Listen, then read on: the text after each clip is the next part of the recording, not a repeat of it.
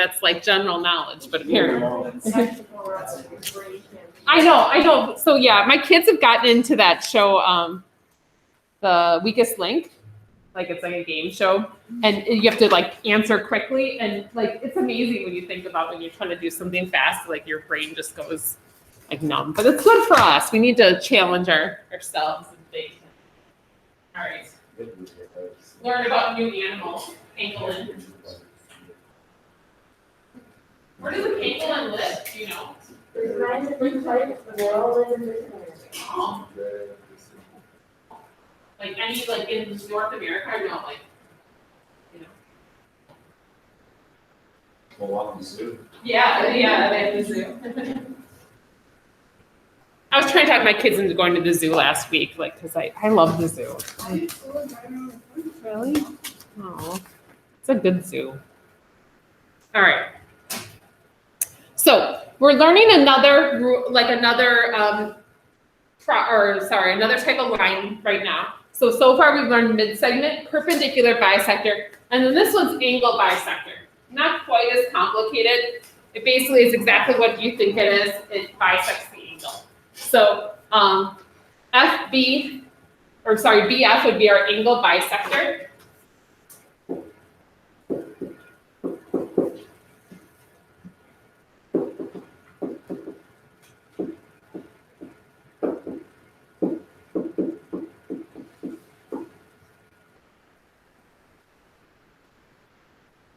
And so since it's an angle bisector, that would mean angle 1 and angle 2 are equal.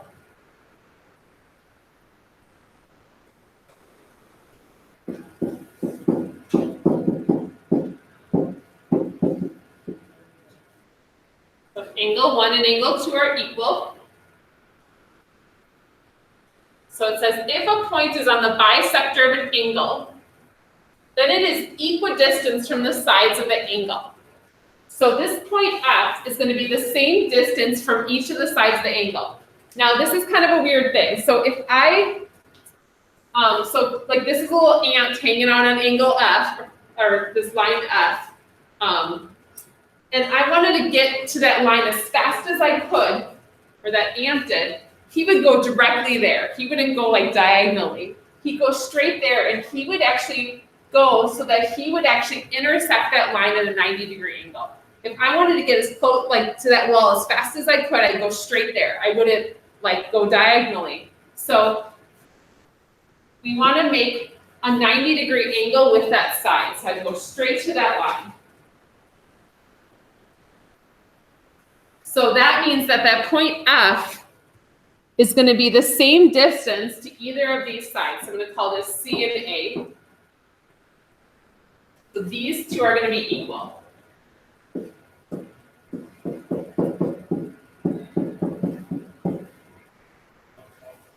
So that CF is going to equal FA.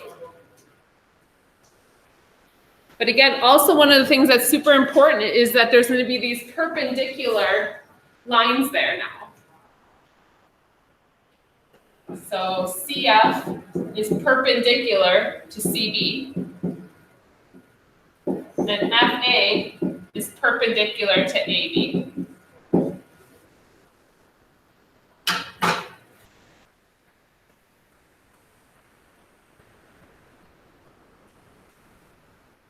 So if you hear the words angle bisector, you're automatically thinking, oh, these other things are going to happen as well.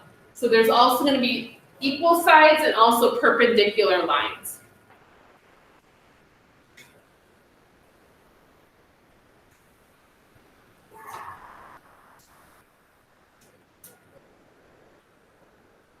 And then again, they always have the converse that goes with this, that this works both ways. So if F is the same distance from each of these, this just goes the other way. I probably don't need to write it out for you guys. So if that's the case, then these are going to be angle bisector. So it goes both ways.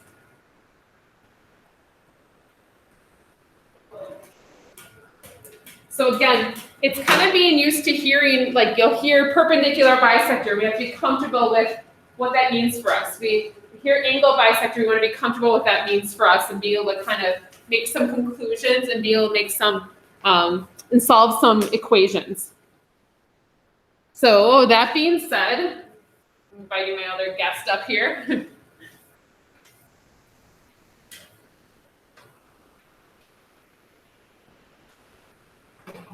Alright. So the problem's asking for angle PNM, so this whole angle. And what can we tell about this right here? These are congruent. So what does that tell us about this angle? Yes, these are congruent. So how would you go about solving? How would you go about solving this right here? Yes. Yes, correct. So we'll do 3x plus 5 equals 4x minus 8. And now what will be the next step?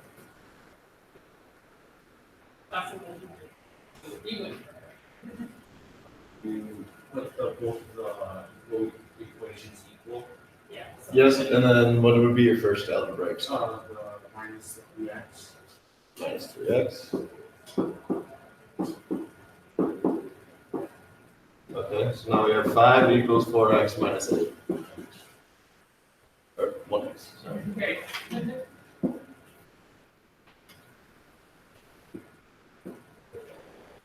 Anyone else? What's the next step here? Yes, correct. So we'll get x equals 13. But we're not done yet. We have to find angle P and M. So what are we going to do with this x? Correct. So which one, or does it matter which one we plug it into? No. So might be want to pick one. Yeah, sorry. Alright. So do 3.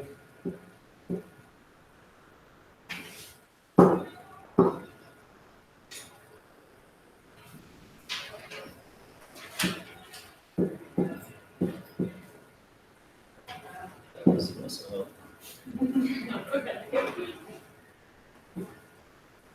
3, and then the x is 13 plus 5. So we will get 39 plus 5 equals 44. However, that's only half the angle, so how will we get the full angle P and N? Correct. So times 2, the angle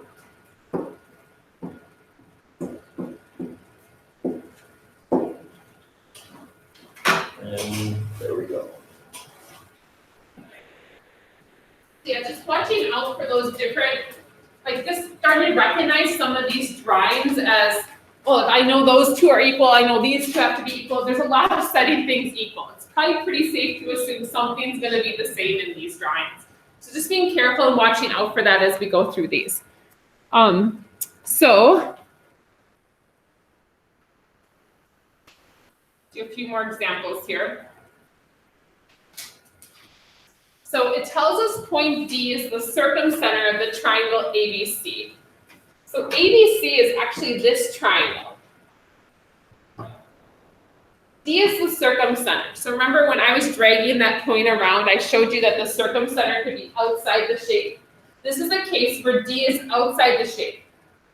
So the circumcenter. So list any segments congruent to each segment. So I have AD. So this line here. It's a little bit confusing here. What's going on? You might want to look back at your notes on circumcenter. So if you flip back a couple pages, what does it say about the circumcenter? What does it say about the circumcenter? You wrote two things down.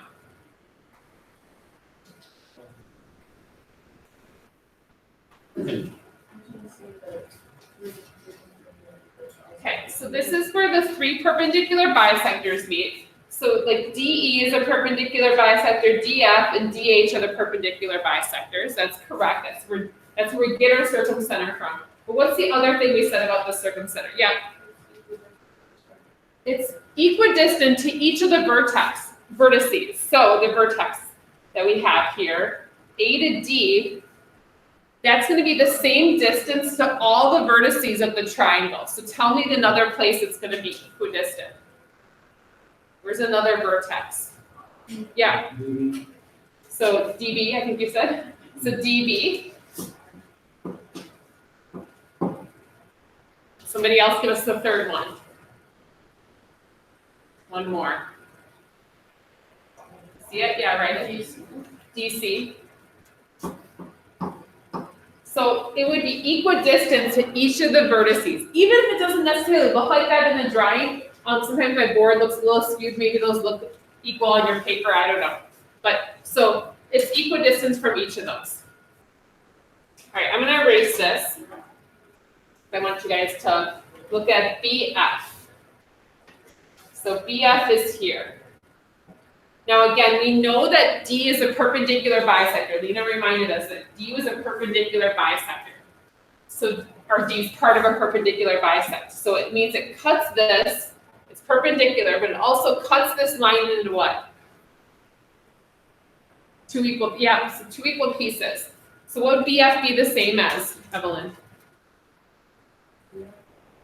What's that? Not DF, no. I think that's close. CF, very good. So DF is the perpendicular bisector here because it's perpendicular, but it cuts that into two equal pieces there. So if it's a perpendicular bisector, it slices that into two equal pieces. So FC or CF.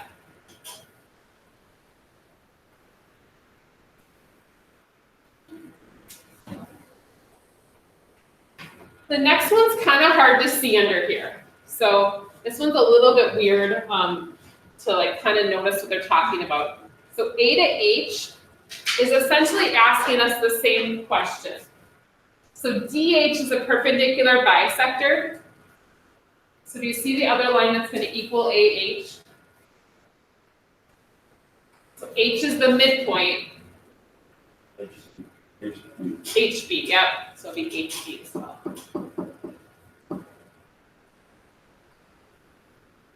And then the last one's kind of redundant. Do you see it? Kind of a silly question. DC is equal to? Yeah, we already did that one. So we don't need to do that again. All right. So that one is a little bit tougher. So sometimes drawing on all over your lines or all over your triangle, redrawing it again is a good idea. All right. So the next center we're going to talk about, so we talked about the circumcenter already. This is called the incenter. And this is where all the perpendicular bisectors meet. Or sorry, angle bisectors, perpendicular bisectors. So the incenter again is P, like point P here in the center. This is where the three angle bisectors meet.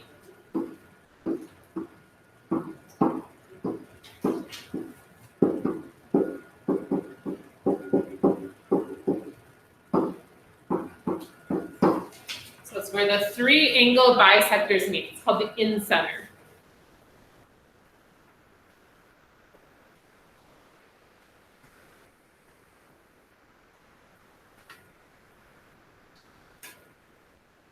Now with this one, it does have that equidistant rule as well. It's equidistant to each of the sides of the triangle.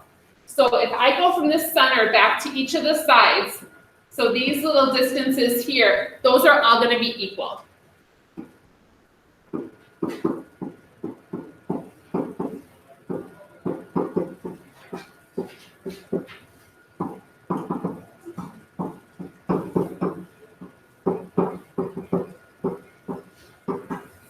So that's going to be PD, PF, and PE.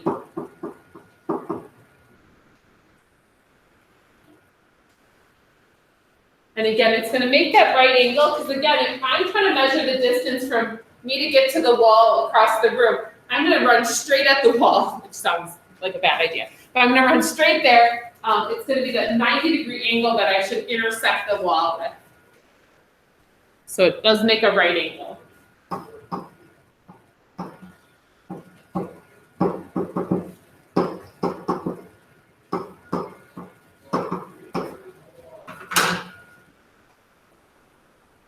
All right, so we have this last group of examples.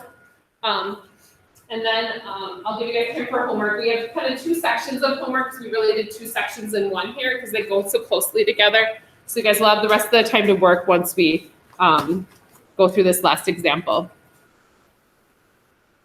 And I think we're not going to be able to do this whole example. I can't remember if this is one of the ones that we might not know how to do everything from it. Let's see. So they tell us point P is the in-center. And then some of the labels are kind of wonky here. They're kind of in like weird spots. So I'll have to like show you guys what. So like maybe I'll write it up here. So this 13 that's just hanging down the middle, that should be AP. That's 13. AB is supposed to be 10.9. PE is supposed to be 14.9. The other ones are angles. So hopefully it's kind of clear what there was all supposed to be. This angle and then this one here. So they tell us this is the in-center.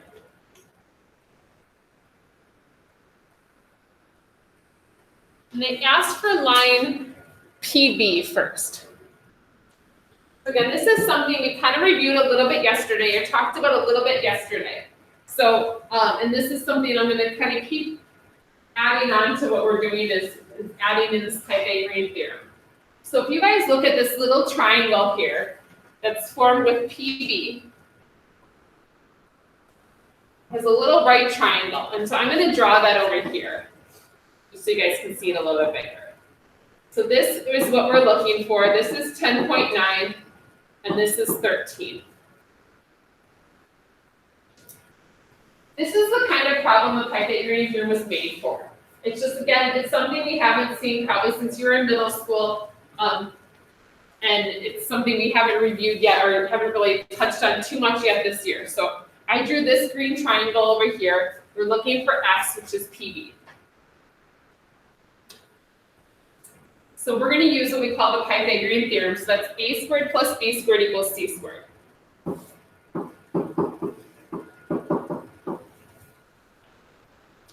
You're going to probably need a calculator for this because these are really nice numbers. In terms of the Pythagorean theorem, which I know you guys have seen before, does anyone know what side C has to be? Which of those sides has to be side C? It's specific that it has to be that side. Yeah. What's that? Sure.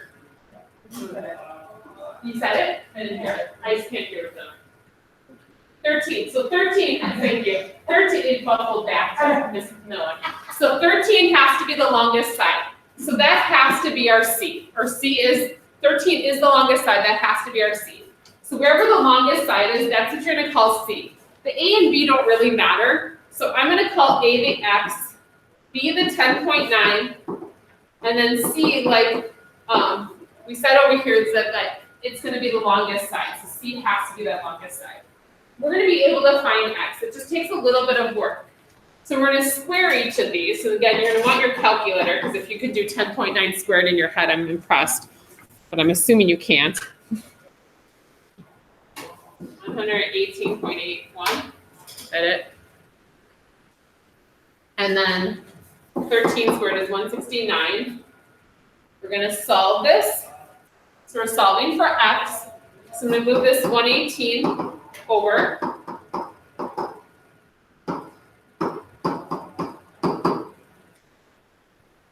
So 169 minus 118.81 is 50 points. We get 91 there? 19, sorry.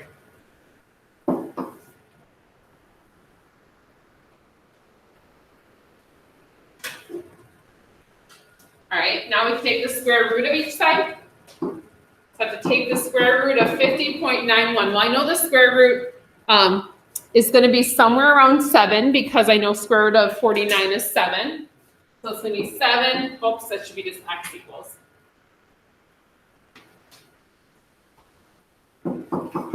So 7.1-ish for our X value, which is our PV.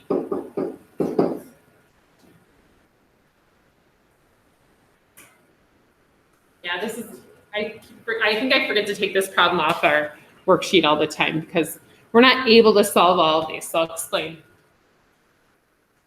The next one is asking us for DE. That's here. Now, at this point, knowing what we know about triangles, we do not know enough to find DE. We have to use something called trigonometry to figure out DE. We don't know that yet. What's length? It should, never mind, I guess I don't even have that question. So DE we can't find, so it's impossible for us to find at this point. All right, DAC, can we find anything else? I don't think so. No. So yeah, the rest of them right now, sorry, are impossible. I didn't give you guys enough information. I need to take this problem out of there, make a note of it. All right, so that's it for today. Let me double check though that I don't have any of those weird ones in the homework. Check my answer sheet.